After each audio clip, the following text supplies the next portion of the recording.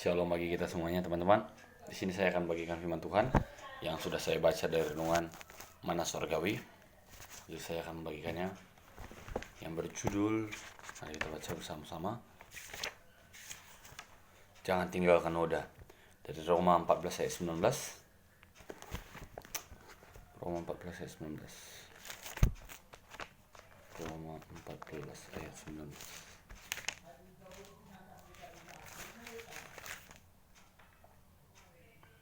Sebab itu marilah kita mengejar apa yang mendatangkan damai sejahtera dan yang berguna untuk saling membangun. Sebab itu marilah kita mengejar apa yang mendatangkan damai sejahtera dan yang berguna untuk membangun.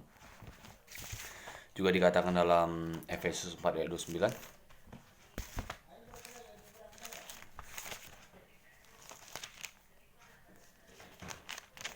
Efesus 4 ayat 29 berkata, janganlah ada perkataan kotor keluar dari mulutmu, tetapi pakailah perkataan yang baik untuk membangun, di mana perlu supaya mereka yang mendengarnya beroleh kasih karunia.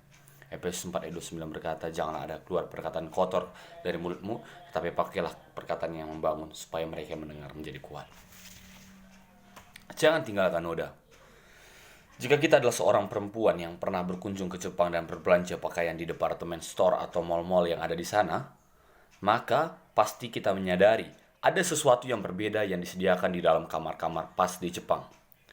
Hal tersebut tidak ada di Indonesia, dan sekilas pasti kita berpikir bahwa benda itu adalah kotak tisu.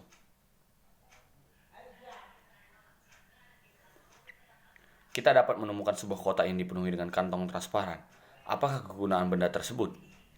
Kantong-kantong itu memiliki fungsi untuk menjaga pakaian-pakaian yang dijual dari noda lipstick, bedak, foundation, maupun berbagai macam bekas kosmetik lainnya yang menempel di wajah calon pembeli yang hendak mencoba pakaian di dalam kamar pas.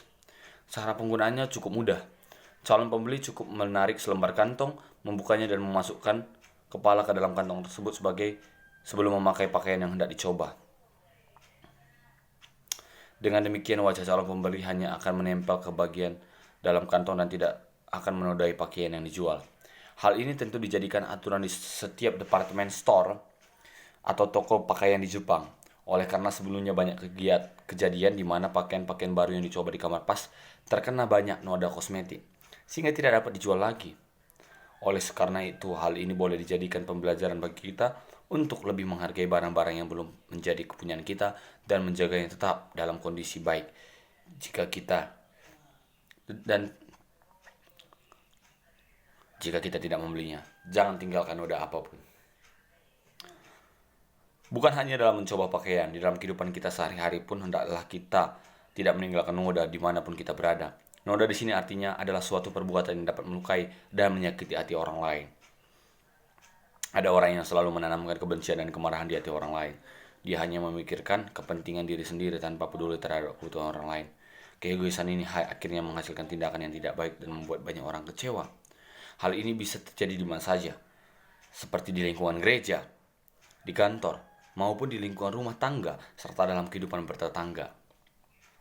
Berhati-hatilah dalam berucap dan bertindak, dan pastikan kita tidak melukai hati orang lain. Pastikan bahwa kita dapat menjadi berkat, bukan batu sandungan bagi orang-orang di sekitar kita. Biarlah setiap perkataan yang keluar dari mulut kita, adalah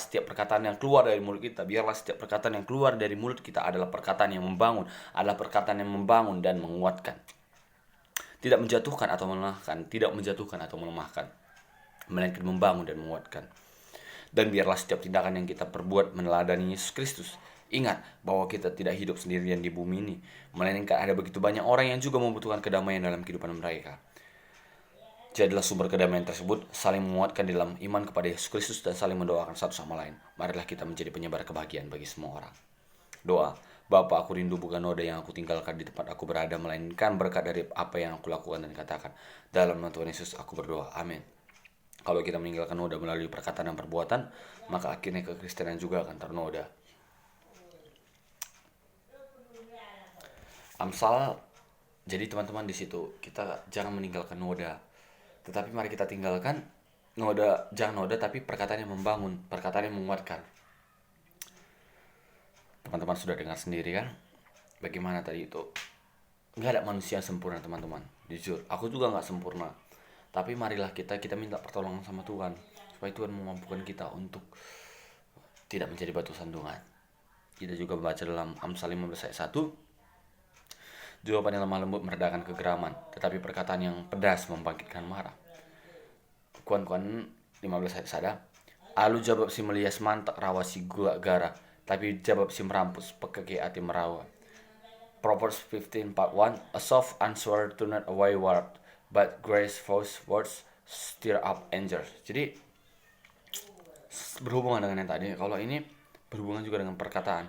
Kalau kita menjawab dengan lemah lembut, kita itu ada orang marah itu kita bisa redakan dia marahnya.